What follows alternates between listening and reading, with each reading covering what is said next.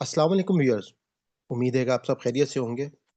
अल्हम्दुलिल्लाह, जैसा कि आपको मालूम है कि हमारे इस चैनल विज़डम विद सलमान फैज़ के ऊपर आसान कुरान कोर्स जो है वो जारी है और हमारी ज़ूम के ऊपर भी ऑनलाइन क्लास होती है।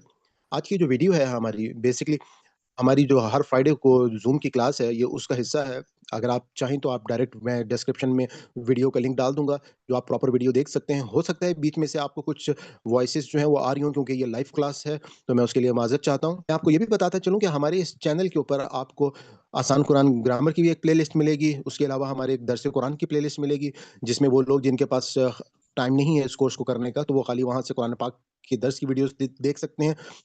और उसके अलावा जो आसान कुरान कोर्स की प्लेलिस्ट है, उसमें आपको सूरा फ़ातिहा से तमाम लेक्चर्स मिलेंगे। तो आइए चलते हैं हम अपनी वीडियो की तरफ, जिससे हम अल्फ़ाज़ की पहचान करेंगे।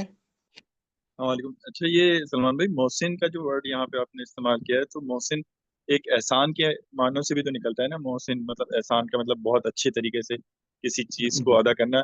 और यहाँ पे नेकोकार के मानों में इसका तर्जुमा किया गया है।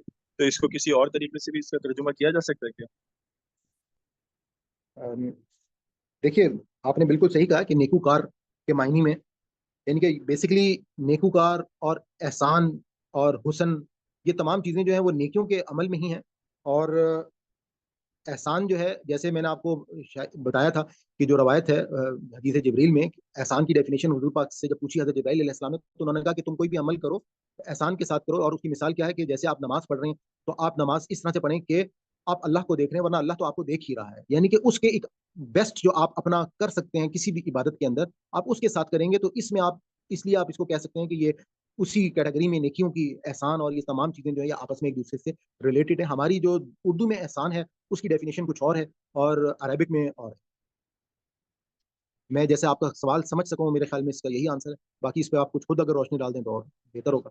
जी, बेसिकली मेरा मकसद भी यही था कि असल में शुरू शुरू में मैं भी जो उर्दू वाला एहसान है, मैं सिर्फ उसी मतलब को समझता था। लेकिन फिर ने जब कुरान पढ़ना शुरू किया तो फिर पता चला कि हुस्न और एहसान और ये सब रूट वर्ड यहीं से निकले हुए हैं, और ये तकरीबन करीब करीब इनके माने होते हैं। तो जो भी नेक काम मुझे बहुत अच्छे तरीके से किया जाए, आई थिंक उसको जो है हम एहसान या मोहसिन के मानों में जो ले सकते हैं, कि ऐसा नेक अमल जो बहुत ही इखलास के साथ हो। तो ये मेरी अंडरस्टैंडिंग इस पे बन रही है। जी, बिल्कुल सही है आपकी अंडरस्टैंडिंग है माशाल्लाह। और आपने बिल्कुल सही कहा और ये बात जो है हमें अंडरस्टैंड भी करनी चाहिए कि हमें जो है इन चीज़ों को और इन रूट वर्ड्स को अपने ज़हन में रखना चाहिए। और अपनी इसीलिए कहा ना कि वबिल वालिदैन एहसाना, यानी कि इसका ये मतलब नहीं है कि कोई आप वालिदैन पे एहसान कर रहे हैं, बल्कि वालिदैन के साथ वो नेकी का वो म्यार रखें, वो आप अपना बेस्ट करें जो आप कर सकते हैं। ये उस ज़ुमरे में बात की गई है।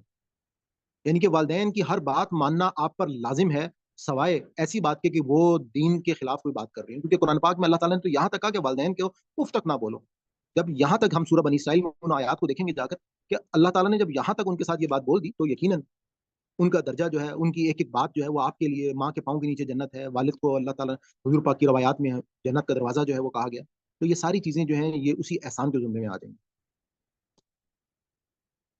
जी, ऑलराइट, तो जज़ाकल्लाह।